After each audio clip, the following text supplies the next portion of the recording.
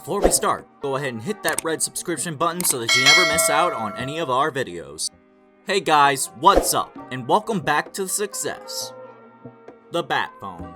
A man named Joe came into the pawn shop to sell what he professed to be the first Batman telephone that was on Bruce Wayne's work area in the Batman arrangements that ran on ABC somewhere in the range of the 1966 and 1968. Rick chose to bring in a specialist, and in light of that, Rick made an offer of about $100, while the dealer Joe said that the most minimal he would go for was about $300. Be that as it may, with Rick reluctant to go any higher than $100, the two didn't make an arrangement.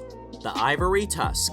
A lady named Jenny went to the Gold and Silver pawn shop to pawn an ivory tusk. She had been informed that something to that effect was worth somewhere close to $1,000 and $1,500 at the same time. Sadly, Rick promptly observed that what the lady accepted to be ivory was in reality only a bone. He even discovered the one spot where the breaks between the bone pieces uncovered the wood underneath. He was commonly not so much keen on purchasing ivory any longer. Rick's best offer was just $100. Seeing as this wasn't even real, the owner Jenny was obviously far from happy to hear.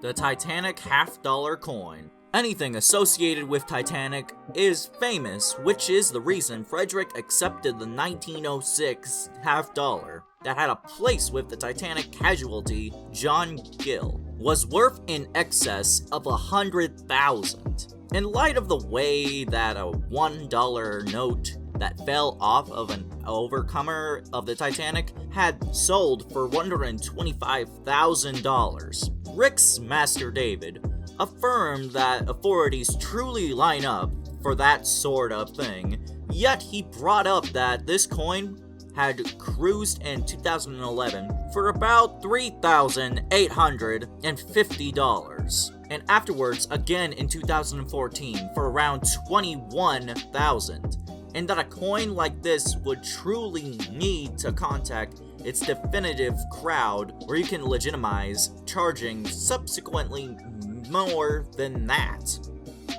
The Perseus and Pegasus statue. One of the most interesting events of the Pawn Stars occurred in the episode's second season, when a person came to sell a rare statue by French artist Emilia de Becquet, called from 1888. Despite the fact that he continued saying that he knew nothing about the piece, he had a really clear thought regarding the amount he needed for it, and got very annoyed when Rick gave him his opinion on the statue.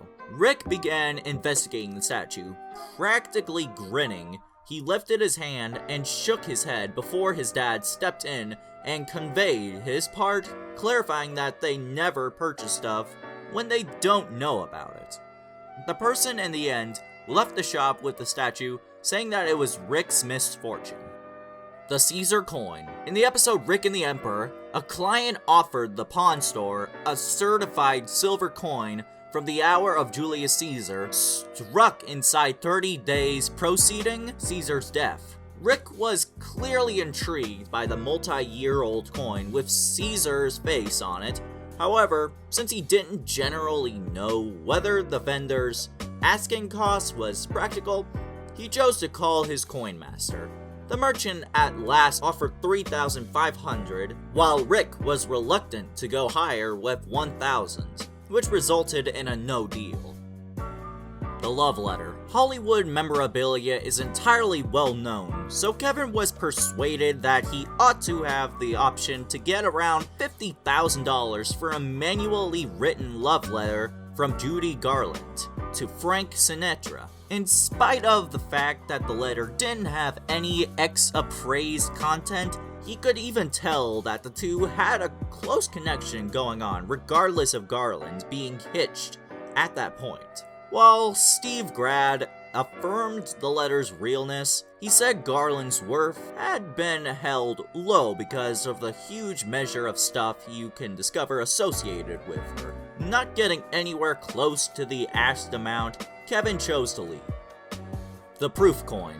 It appears coin collectors are probably the hardest clients to please, and in Season 12, Rick particularly infuriated a man named Mark, who came into the shop with an 1867 Proof Shield nickel that he held for around 15 years. The proprietor was hoping to get around $90,000 for it, which incited Rick to bring in his specialists, who said that these coins had gotten a scope in cost from around $63,000 to $80,000. The client was not extremely glad to hear that, saying he had an alternate assessment of the coin's worth. While he, in the end, boiled down to $80,000, while Rick would not like to go around $50,000, which resulted in a no deal. Precious stone ring. Rick got entirely agitated when a client named Rich first addressed whether the precious stone in the 1975 Gold Statue Warrior NBA title ring was genuine, and afterwards unloaded his own modest testing gadget to ensure that it was. Clients clarified that he was a gatherer and broker of the portion of the world's best and most costly game memorabilia. However, his gadget sadly wouldn't test the stone. Rick called attention to that he had an extremely modest analyzer that won't test it if the precious stone is exclusively hot, so he hesitantly brought it his own. Rick was reluctant to acknowledge anything underneath $11,000 for the ring, while Rick had been hoping to spend somewhere around the range of $5,500 and $7,500 for the ring that he needed to provide for his life partner. Being so far separated, there was no arrangement made between the two. Well, this brings us to the end of our video. I hope you guys enjoyed it. Hit like if you did, and don't forget to subscribe to our channel so that you don't miss out on any of our videos in the future. Also, watch the 2 videos that are on the screen because I'm sure you'll love them.